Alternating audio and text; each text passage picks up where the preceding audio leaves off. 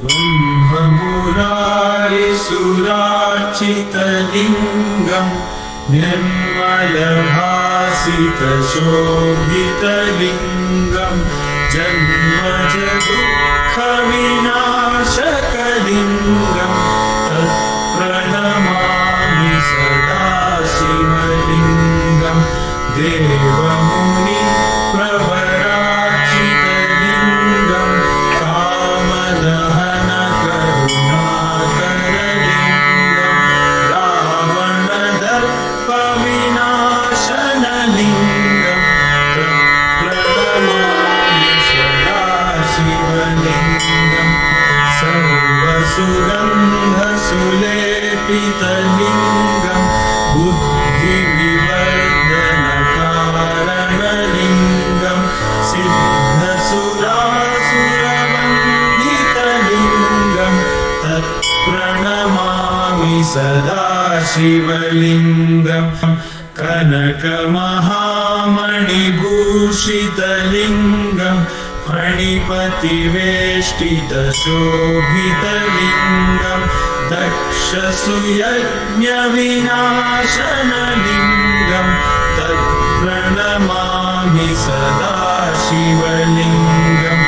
कुङ्कुमचन्दनलेपितलिङ्गं पङ्कजहारसुशोभितलिङ्गं सञ्चितपापविनाशनलिङ्गं तत्प्रणमामि सदा शिवलिङ्गं देवगणार्चितसेवितलिङ्गं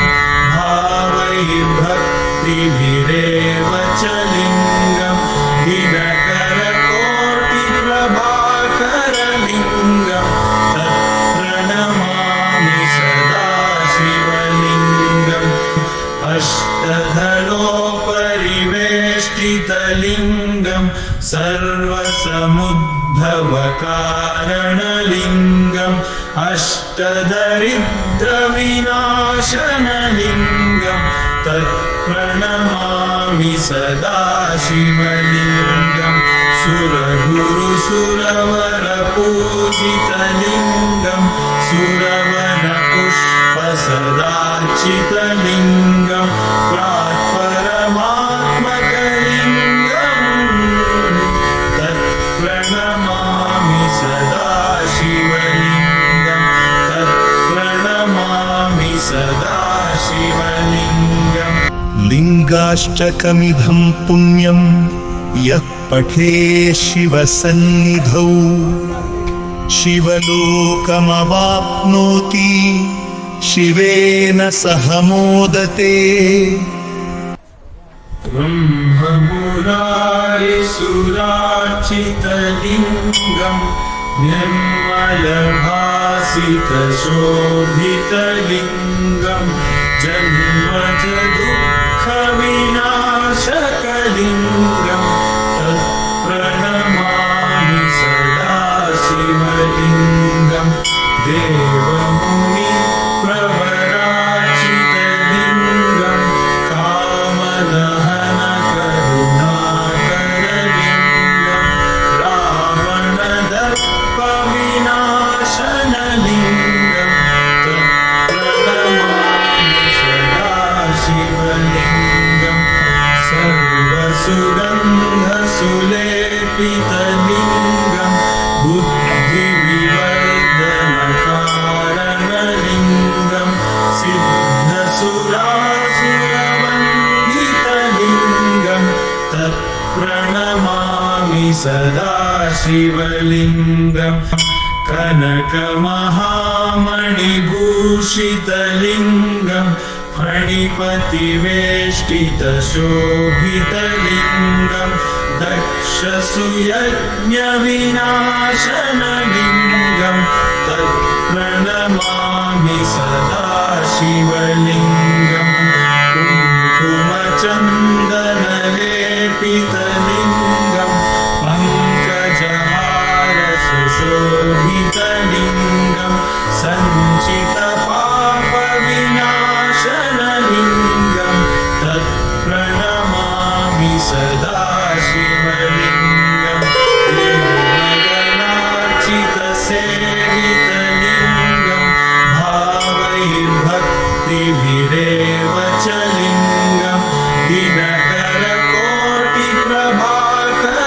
शिवलिङ्गं तत्प्रणमामि सदा शिवलिङ्गम् अष्टधनोपरिवेष्टितलिङ्गं सर्वसमुद्भवकारणलिङ्गम् अष्टदरिद्रविनाशनलिङ्गं तत्प्रणमामि सदा शिवलिङ्गम् सुरगुरुसुरवरपूजितलिङ्गं सुरवनपुष्पसदार्चितलिङ्गं प्रात्परमात्मकलिङ्गम् तत्प्रणमामि सदा शिवलिङ्गं तत्प्रणमामि सदा शिवलिङ्गम् लिङ्गाष्टकमिदं पुण्यं यः पठे शिवसन्निधौ शिवलोकमवाप्नोति शिवेन सह मोदते।